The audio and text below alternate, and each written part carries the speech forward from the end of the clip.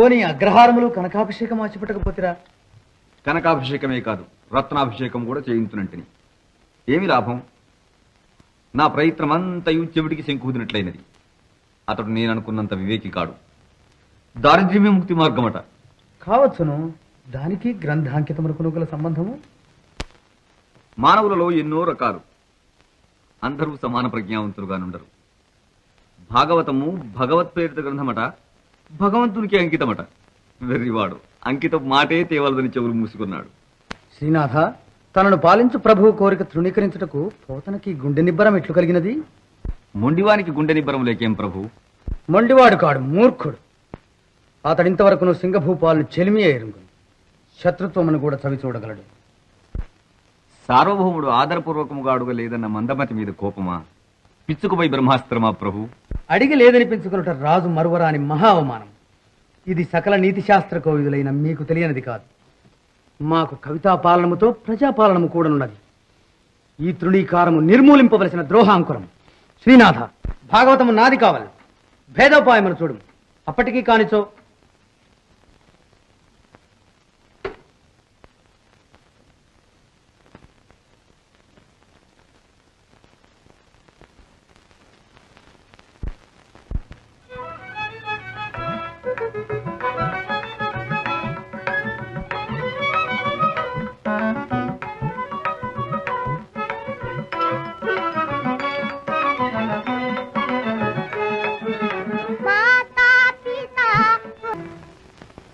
నాకు కప్పుకోవడానికి ఏదైనా దయచేస్తే.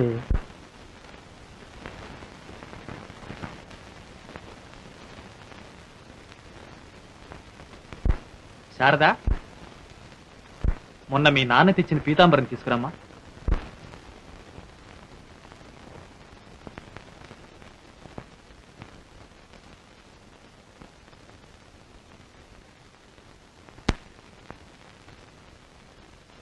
నానా, ఎప్పుడు వచ్చారు నాన్న?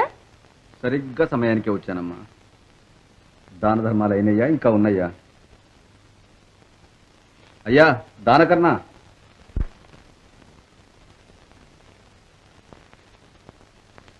ఈ విధంగా ఎంతకాలం సాగిస్తారు? ఆ దేవుని దయ ఉన్నంత వరకు. దేవుడు దేవుడు దేవుడు, ఆయన నీ భావంలో లేని గడి అంటూ ఉందే?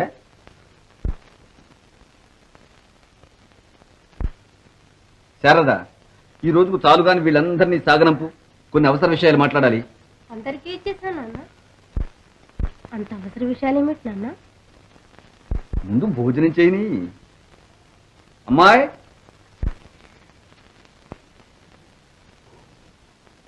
ఈ పూట కాస్త తిండికి ఏమైనా మిగిలిందా లేదా? ఆకలితో కడుపు దహించుకుపోతోంది.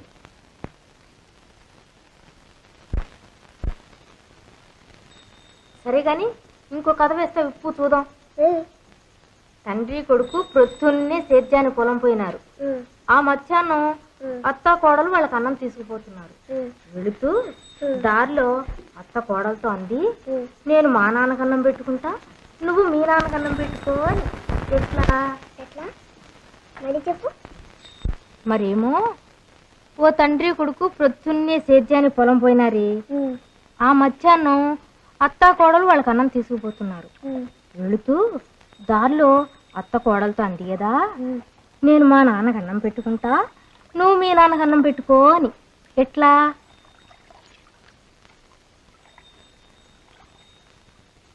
ఉండు, కాస్త దారం పట్టుకొస్తా.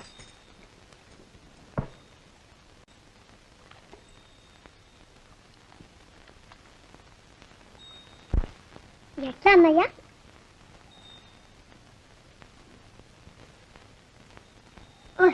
ఇంకేనా?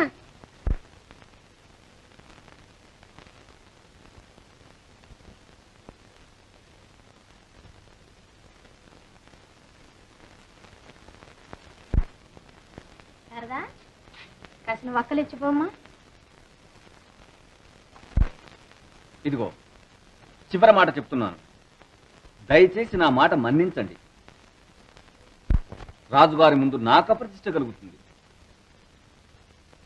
మీ కుటుంబం 10 కాలాల పాటు బాగుండవాలంటే, శారదను మీ కోడలుగా చేసుకోదలుచుకుంటే మన బాంధవ్యం శాశ్వతంగా నిలపదలుచుకుంటే సరేనండి, లేదా సరేనండి.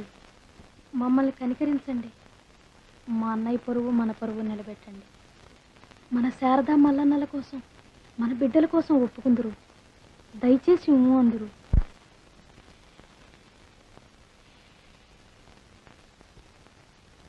అసాధ్యమైన విషయం అడుగుతున్నారు. దేవుని సొమ్ము ఒకరికి ఇవ్వడానికి నేనెవరిని?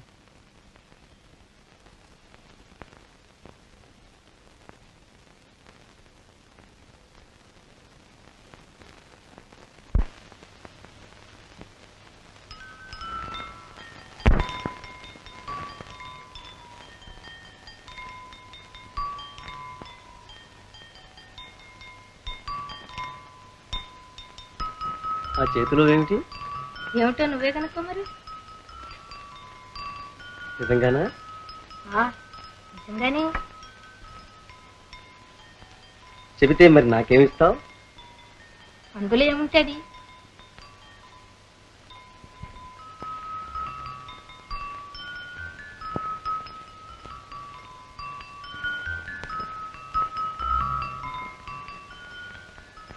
దగ్గరికి రా.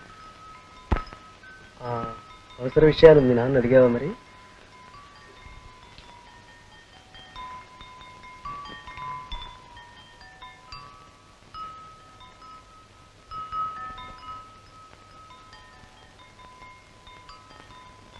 అంటే శారద సుఖంగా ఉండడం నీకిష్టం లేదన్నమాట. ఆ మాట అనకండి అన్నయ్య. మమ్మల్ని దరిద్రులనండి, మావాడు మీ అంతస్తుకు తూగడనండి, ఇంకేమైనా అనండి, కానీ శారద సుఖాన్ని నేను చూడలేననకూడదు. అది పొరపాటు. తల్లిపోయినప్పటి నుంచి నా చేతుల్లోనే పెరిగింది. అన్నయ్య, నాకు లక్ష్మి ఒకటి, శారద ఒకటిను. అయితే శారద పెళ్లి మాటే మానేయి. ఏదో కవిత్వం రాసి ధనం సంపాదించి సుఖపడతారని నమ్మి నిన్నిచ్చి పడుతున్న పాటలు చాలవు. నీ కష్టాలు కళ్ళారా చూస్తూ చేసిన తప్పే మళ్ళీ చేయలేను. అంచె నిష్ఠూరం కంటే ఆది నిష్ఠూరమే మీరు. తోడబుట్టి నువ్వే ఇలా అంటే మా కష్టాలు ఇంకెవరు వింటారు? మేనమామే పిల్లనివ్వనంటే పరాయి వాళ్ళు వాడిని గణిస్తారు. ఇంత కనికరం లేకుండా చూడొద్దన్నయ్యా. కనికరానికి ఏమమ్మా, కావలసినంత ఉంది. కానీ నా బాధ్యత కూడా నువ్వు గ్రహించాలి. ఐశ్వర్యాలున్నా లేకపోయినా తానింత తిని ఒకడికింత పెట్టలేని వాడికి ఏ తండ్రి కూతురునిస్తాడమ్మా? బంగారు కత్తిగా దాని గొంతు కోసుకుంటారా? అల్లుడైతే మాత్రం అప్రయోజకుడు ఎవరిస్తారు? మల్లన్న అప్రయోజకుడా? వాడు పెరిగి నీ ఎంత వాడైతే బరువు భారాలు నెత్తిన పడితే మేనమావను మించిన వాడు అవుతాడేమో. మనం చూసామా? ఆ యోగ్యమే వస్తే నేమటు కాదంటానా? నాకు సంతోషమే, సంపాదించమను. మీ ఆయన ఈ దరిద్ర దేవతారాధన మాననంత వరకు మీకు శారదనిచ్చే మాట కల్లో కూడా అనుకోవద్దు. ఇనుమును గురించి అగ్నికి సమ్మెట పెట్టు. నాతో వాదించి నా ముందు కన్నీరు పెట్టుకుంటే ఏం లాభమ్మా? అసలు మాట చెప్తున్నా విను. వెళ్ళి మీ ఆయన్ను బతిమాలో భంగపడో ఒప్పించి ఆ భాగవతం మహారాజుకు అంకితం చేసే మార్గం ఆలోచించు. దాంతో మన ఇద్దరి మాట దక్కుతుంది. అయితే ఆయన సంబంధం కంటే ఐశ్వర్యం ప్రధానం అన్నమాట. దానికి నేనేం చేయగలనమ్మా? ధన మూలమిదం జగత్ అన్నారు. నిజమాడితే నిష్ఠూరంగా ఉంటుంది. నిర్మోహమాటంగా చెప్తున్నాను అనుకోకు. గర్భదరిద్రుడికి నేను ఎలా పిల్లనిచ్చేది? ఈ ఇంట్లో ఈ పశువుల్లో శారద జీవించడం నాకు ఇష్టం లేదు. అంటే మేమంతా పశువులం, మీరు ప్రభువులునా? చాలు మామ, ఈ అవమానాలు చాలు. అన్న పేదలమైనా మాకు ఆత్మగౌరవం ఉంది. శారదనివ్వడం ఇష్టం లేకపోతే ఇదిగో ఈ క్షణం తీసుకుపో.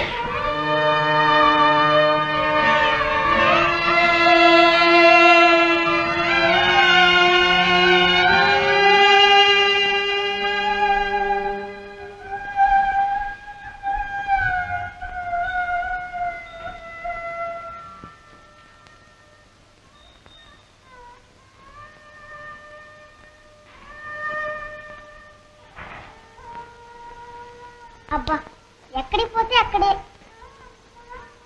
వదినా వదినా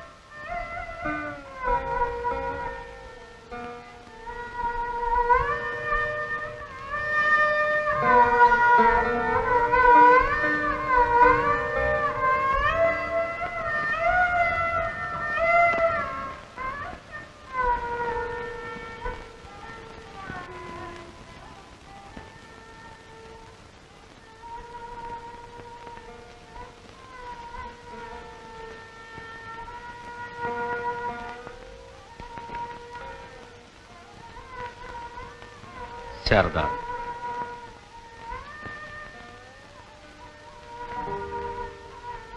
అత్తయ్య నేనేమో అన్నానని విచారపడుతున్నావా అమ్మా?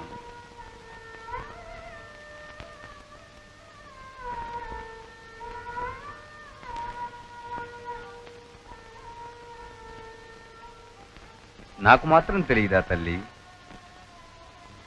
తెలిసే అన్నాను. మీ మామయ్య ఒట్టి జడభరతుడైనాడు.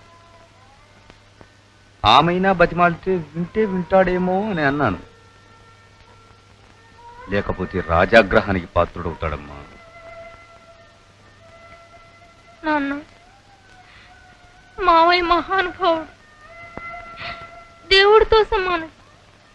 ఆయన అలా ఎందుకు కష్టపెడతారు? నీకు ఆయనలో సగం పిచ్చుందమ్మా.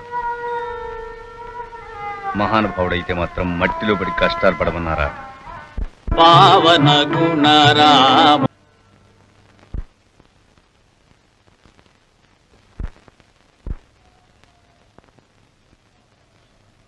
ఏం లక్ష్మి? నాన్న ఓసారి ఇలా వస్తారు నాన్న.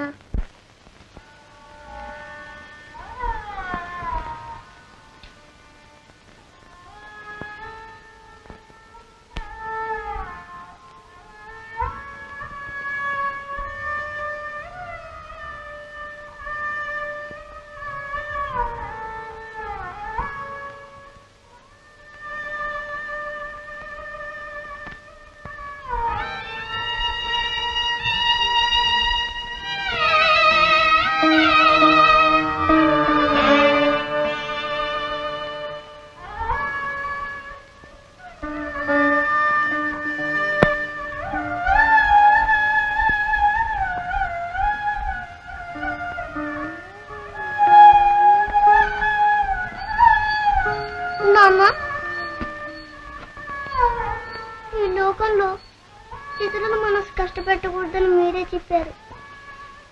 అలా చేయడం మహాపాపం అని కూడా అన్నారు. మామయ్య, అమ్మ, అన్నయ్య, వదిన అందరూ అలా దుఃఖంతో కుమిలిపోతున్నారు.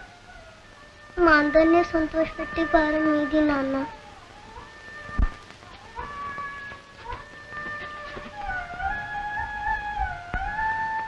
రామచంద్ర, ఇది నాకు మరో అగ్ని పరీక్ష కాబోదు.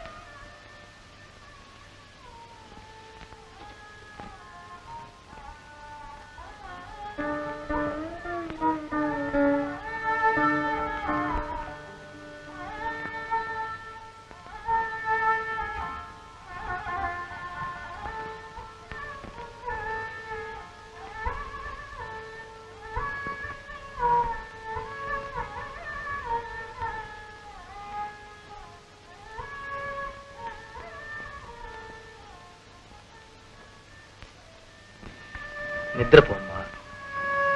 నాన్న, అన్నయ్యను వదిన్ని సంతోష పెట్టావు కదా. దైవ సంకల్పం. కానీ తల్లి